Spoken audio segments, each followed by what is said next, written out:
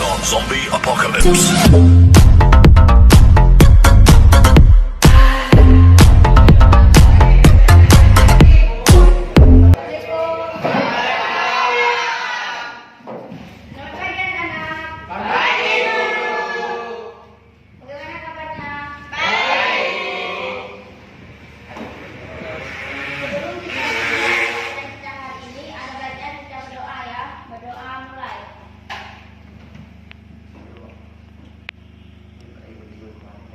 Selesai. Kita absen dulu ya. Aldi. Saya Bu. Rizik. Saya Bu. Gadi. Hadir. Febin. Hadir Bu. Boni. Hadiro. Morris. Hadiro. Iki. Hadir. Edo. Hadir. Jamil. Hadir. Siapa yang punya absen? Hadir. Ready ya? Bodoh kali kau. Oke, semuanya masuk ya. Kita akan membahas tentang apa? Oke, semangat sekali ya. Ya. Ada yang tahu tidak apa itu tentang akidah akhlak? Saya dulu. Ya apa? Akidah dan akhlak dalam ajaran Islam. Akidah sebagai sistem kepercayaan yang bermuatan elemen-elemen dasar keyakinan, menggambarkan sumber dan hakikat keberadaan agama.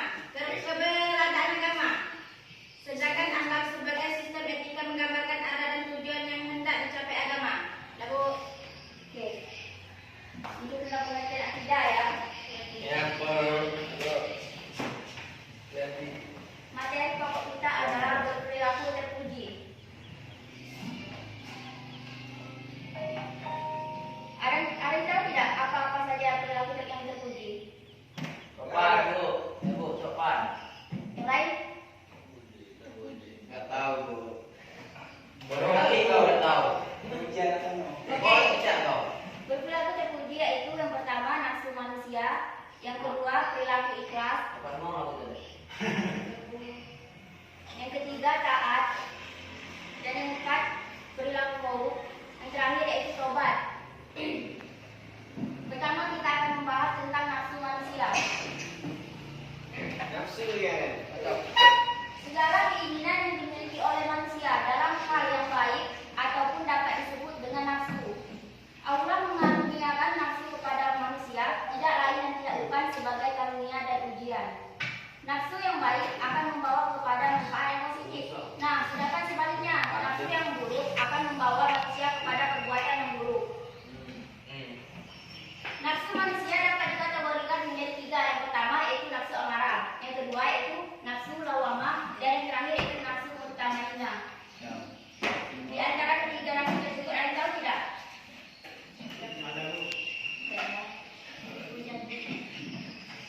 Tahu deh. Nafsu amarah secara kasta ataupun singkatan yaitu nafsu amarah adalah nafsu yang paling rendah di sisi Allah Subhanahu wa taala. Nafsu amarah menyelimuti setiap kejahatan, sifat tercela dan perbuatan yang hina. Pada tingkatan ini, hati nurani tidak mampu untuk memancarkan cahaya sinarnya karena tertutup dosa yang tebal. Cahaya keimanan benar-benar terkunci dan tidak ada usaha mencari jalan membuktikannya. Karena itu hatinya terus kotor dan dipenuhi berbagai penyakit hati. Selanjutnya itu nafsu lawamah. Nafsu lawamah ini dapat diartikan sebagai jiwa yang menyerahkan diri, naluri yang mencintai kebenaran dan menyesalkan perbuatan yang salah. Secara istilah, nafsu ini adalah yang selalu mengkritik diri sendiri bila berlaku suatu kejahatan dosa ataupun kejahatan dosa atas dirinya sendiri. Secara tingkatan nafsu lawamah lebih baik daripada nafsu amarah tadi. Meskipun tetap berbuat dan berperilaku tercela, masih mempunyai perasaan dan pemikiran bahwa apa yang dia lakukan tersebut adalah hal yang buruk. Ia selalu mengkritik kesalahan sendiri setelah menyadari perbuatannya. Yang terakhir yaitu nafsu mutmainnah. Di antara ketiga nafsu yang dimiliki manusia yang paling baik dan tinggi tingkatannya adalah nafsu mutmainah. Inilah nafsu yang diberikan keridhaan oleh Allah Subhanahu wa taala. Orang yang memiliki nafsu mutmainah akan merasakan ketenangan jiwa dalam kehidupannya yang hakiki dan sehingga dapat menyempilasi atau menghilangkan kegelisahan. Semuanya lahir dari tauhid yang tinggi dan mendalam, tauhid yang sejati dan hakiki. Tidak ada lagi perbedaan senang dan susah yang baginya sama saja. Oke, kita lanjut ke materi selanjutnya, yaitu perilaku ikhlas. Pengertian ikhlas dalam rangka beribadah dan melakukan suatu amalan. Seorang muslim dianjurkan untuk melandasinya dengan ikhlasan. Ikhlas merupakan salah satu syarat diterimanya dan tidaknya suatu amalan. Rasulullah SAW bersabda yang artinya segala amal itu tergantung pada niatnya dan setiap orang hanya mendapatkan sesuai niatnya. Maka barang siapa yang hijrahnya kepada Allah dan Rasulnya, maka hijrahnya itu kepada Allah dan Rasulnya. Dan barang siapa yang hijrahnya itu karena kesenangan dunia dan karena seorang wanita yang akan dikawininya, maka hijrahnya itu kepada apa yang ditujunya. Jadi niat kita harus ikhlas ya. Ya, Bu.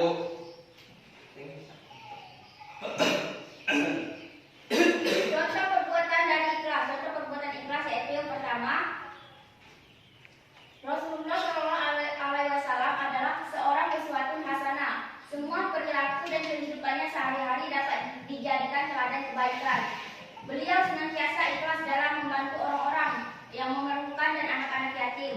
Bahkan beliau juga tidak segan membantu orang-orang yang memusuhinya walau tidak disukai oleh mereka. Yang kedua yaitu Khalifah Abu Bakar As-Siddiq. Dengan ikhlas beliau mengeluarkan harta yang banyak untuk membebaskan Bilal bin Rabah dari siksaan kaum Quraisy demi membela keimanan kepada Allah Subhanahu wa taala. Selanjutnya yaitu Khalifah Utsman bin Affan. Rela memberikan seluruh harta kekayaannya hanya untuk bela agama Islam dan mengharapkan ridho dari Allah Subhanahu wa taala. Yang terakhir yaitu sahabat Abdurrahman bin Auf rela meninggalkan semua hartanya untuk ikut berhijrah bersama Rasulullah SAW tanpa membawa sedikit pun dari hartanya demi agama Islam, hanya semata-mata demi Allah ya niatnya. Dan selanjutnya yang kita bahas adalah nilai-nilai positif dari perilaku ikhlas. Nah, dari contoh perbuatan ikhlas tadi, ada yang tahu tidak apa nilai positifnya? Ya, boleh. Mendapat dari Allah. Oke, selanjutnya apa yang dilakukan oleh Allah? Ada yang tahu lagi? Saya, Bu. Ya. Mendapat kebaikan dunia dan akhirat. Oke, kita beri aplaus kepada teman-teman kita yang bisa menjawab tadi. Satu lagi yang kurang yaitu menumbuhkan motivasi kuat untuk selalu berbuat baik. Itu nilai positif dari perilaku ikhlas tadi ya. Ya, Bu. Nah, selanjutnya itu membiasakan perilaku ikhlas.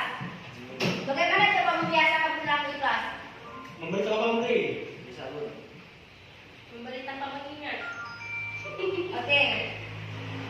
Pertama itu selalu ingat pentingnya ikhlas karena amal yang dikerjakan dengan tidak ikhlas akan sia-sia dan merugi. Ingat ya, harus ikhlas. Mantap, Bu. Oke. Yang kedua itu tetap melakukan ibadah walaupun mendapat celaan dari orang lain. Biarpun dihujat tidak usah peduli ya. Ya, Bu. Selanjutnya itu hendaknya ibadah yang kita lakukan diniatkan semata-mata hanya karena Allah Subhanahu wa taala dan mengharap ridhonya, jangan karena ingin dipuji oleh orang lain. Ya, Bu. Selanjutnya itu tidak merasa bangga jika perbuatan baiknya dipuji oleh orang lain. Jangan terlalu tebang pilih ya kalau dipuji. Ya, Bu. Ada saya juga. Seperti burung, Bu. Ya.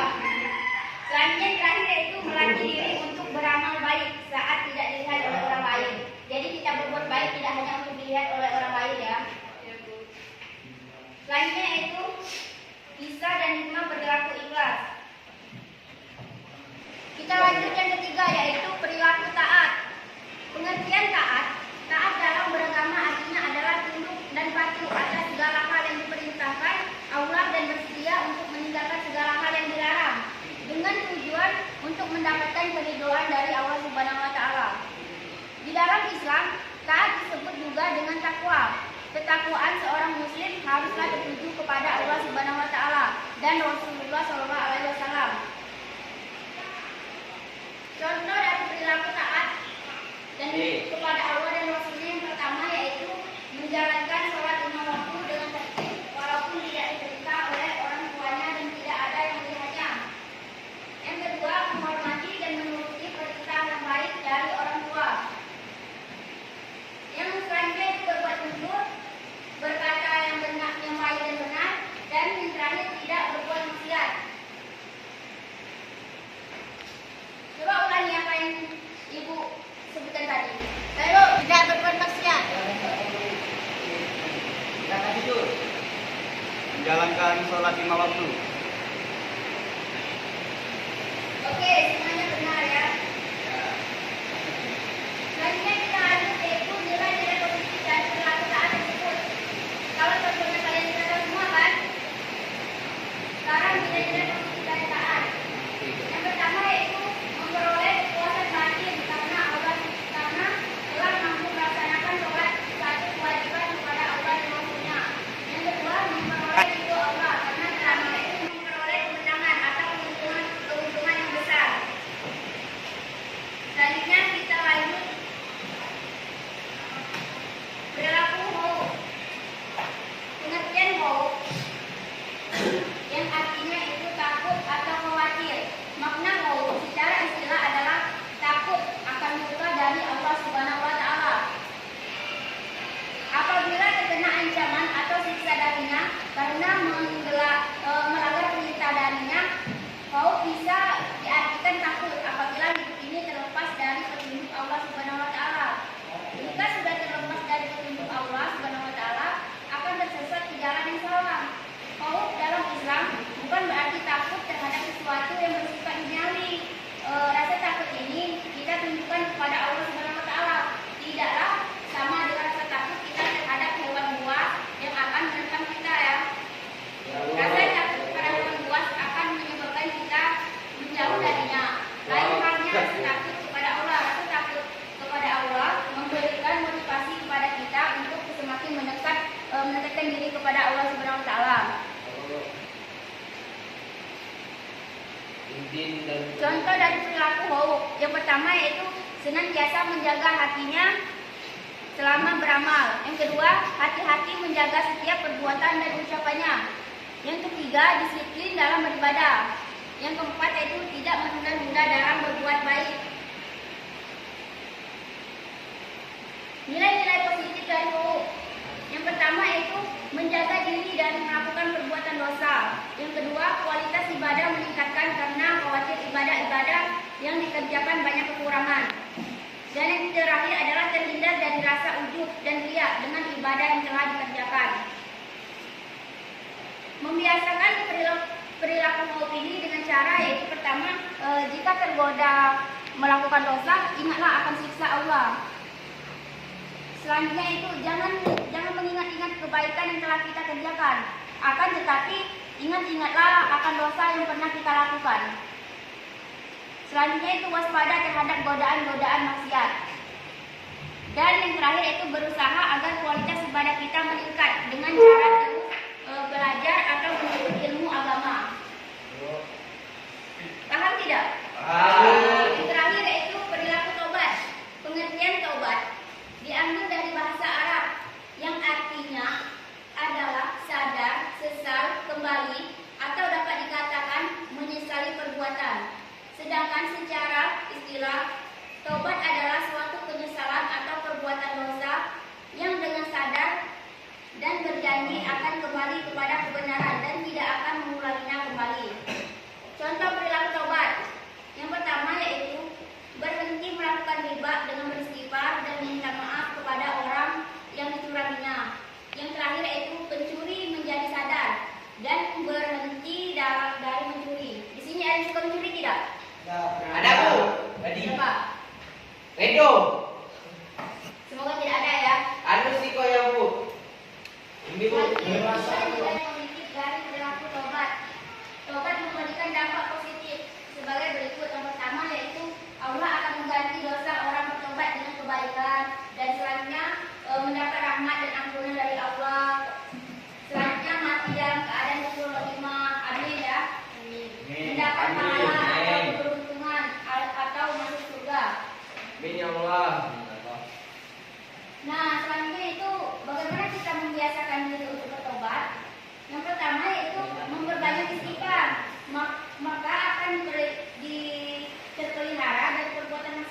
selanjutnya tidak meremehkan perbuatan dosa meskipun dosa kecil ya.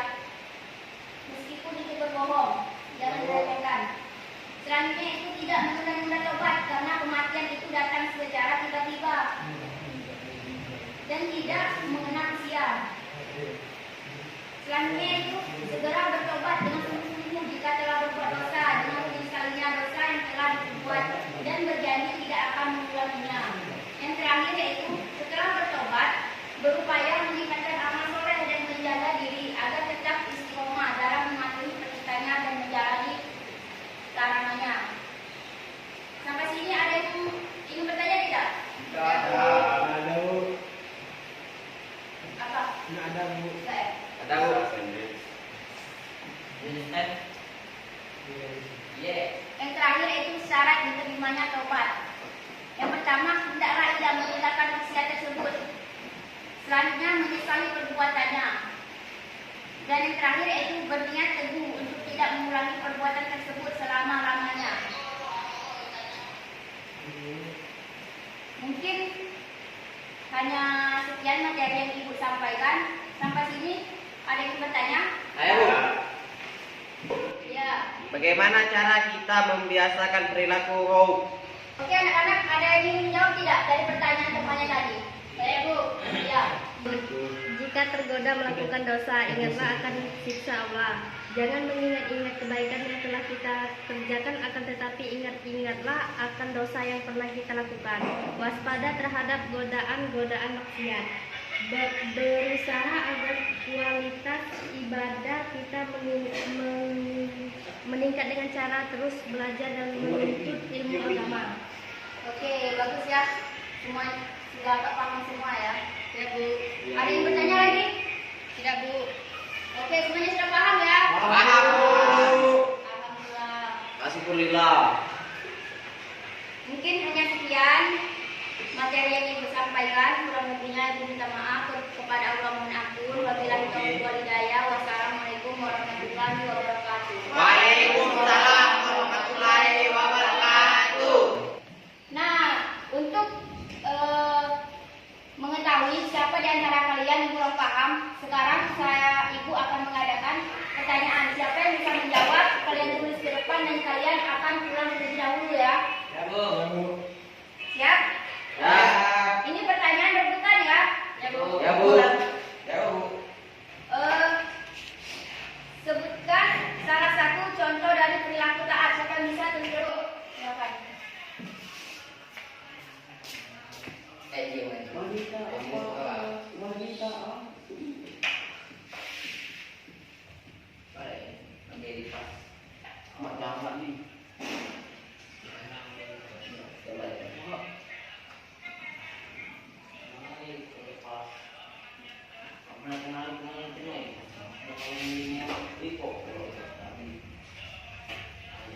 Tidak berbuat maksiat. Bagus. Silakan pulang. Selanjutnya, Ayo Bu. silakan.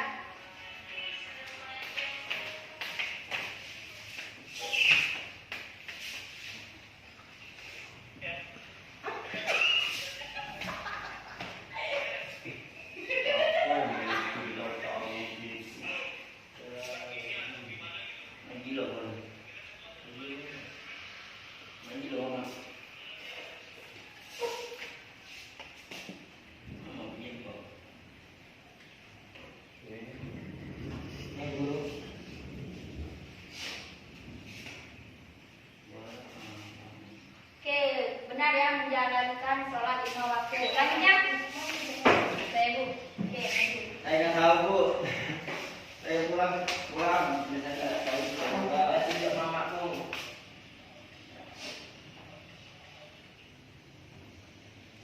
Mana pusing tancu.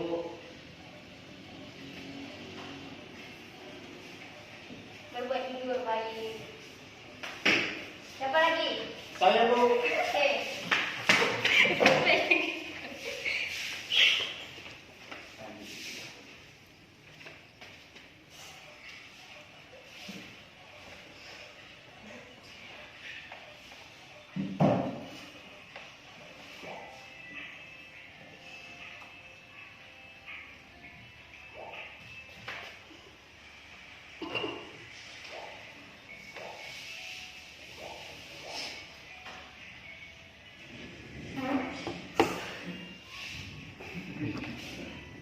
Kecil dulu.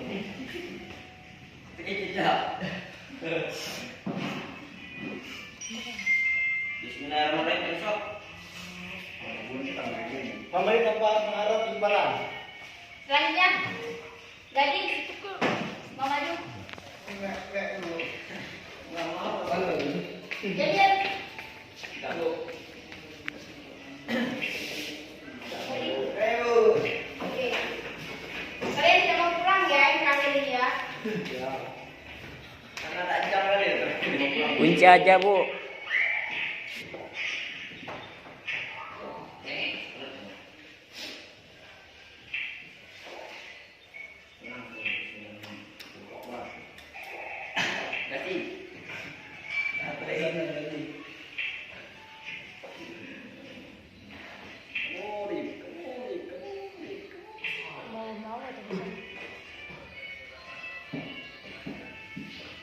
Oke, ini terakhir ya. Why you always in the mood? Mess around like I'm brand new. I ain't tryna tell you what to do, but try to play it cool. Baby, I ain't playing by your rules. Everything look better with a